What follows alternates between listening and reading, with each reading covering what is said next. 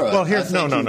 Let's step back. The scientists always look at this in a different way. That's when you say accurate, everybody who's been to Paris can come back from Paris and describe to you what they saw in Paris in a way that's consistent amongst the people that were there.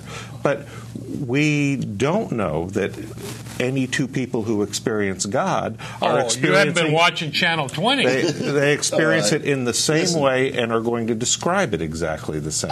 God's got a lot of different... I don't think any two people who experience love are going to describe it in the same way. Well, a lot of people that have been to Paris didn't experience the same either. But they would come back and describe it the same way. But they look at it different. They look at it something different. I've been to Paris and I didn't see anything like what you saw when you were in Paris. If you were in Paris, did you see the Arc de Triomphe?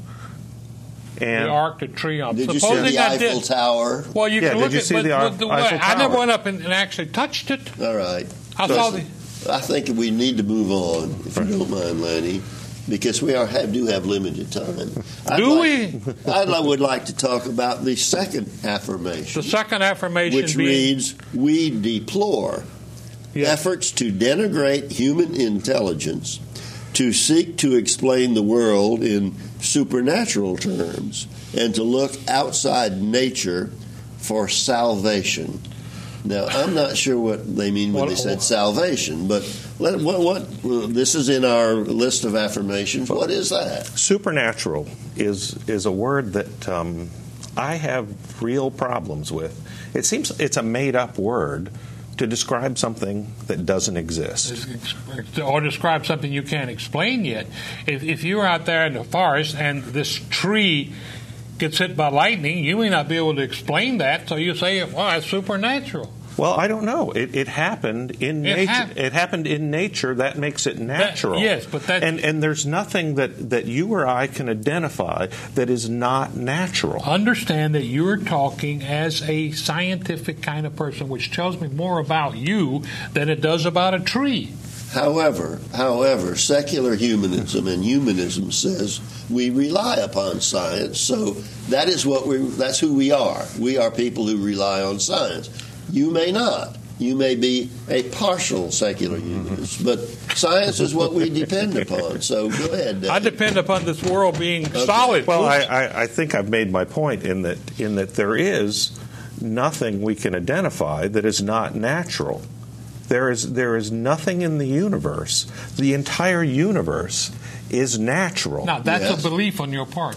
Well, that's your existential position. But before by definition, by your definition. How would you define natural? It doesn't matter. What you're saying is it tells me all about Dave and how you look at things. It doesn't tell me anything about the world. That's what religious people do. Okay, listen up. We're about to run out of time. Oh my Lord! I almost said something else. Yeah, this affirmation says that we deplore to look outside nature for salvation. Salvation is what happens to you when you're lost and you don't know who you are. You don't know why you have life. You don't know what's going on. And so you're completely and you're looking for something to save you. You're looking for a savior, yes. That's a core element of all religious positions. So the secular humanists say, don't look. Don't look outside of nature. Look in these 21 principles which aren't in nature. Do not look outside of nature for salvation. Right. Now, to me, salvation is like a religious term that says after you die. But salvation could be something while you're still alive. Lanny, as a counselor, have you ever helped somebody get back on track? That's a good question. Have I ever helped anybody? That would have to take a poll on. But that's a scientific question. Do you feel like that's what you're trying to do? Sometimes I feel like I did and I didn't, and sometimes I feel like I didn't and I did. I'm not the one to judge that. Are you giving them salvation of a sort then? Me? Yes. No. No? You aren't? No. No. I mean, you had just described salvation as going from I would understand what salvation means to that individual. Okay? It means finding something, someplace, creating something perhaps, inventing something perhaps, discovering something that gives their life meaning. Okay. Secular humanism doesn't give your life any meaning unless you've already got it. Doesn't. It doesn't give you anything unless you've already got it someplace. I'm sorry you brought that up when we're almost at the end of this show. But to say that secular humanists don't have any meaning in their life is a very arguable point. I didn't say that. See, you're listening to what you want to hear. I said it doesn't give your life meaning. Secular humanists probably have a lot of meaning in their life, but it didn't come from this page here. I would like to debate that, but I think that we don't have time to do that. Well, in light of the fact that we actually have many more items on this list of affirmations, which I would like to see us discuss. And for that reason, we're going to continue what we're doing right here now next week into a second show. And I do at this point want to thank Dave and Lanny. And we agree on so many things. For participating. And I want to thank you folks who are watching our show for spending this time with us.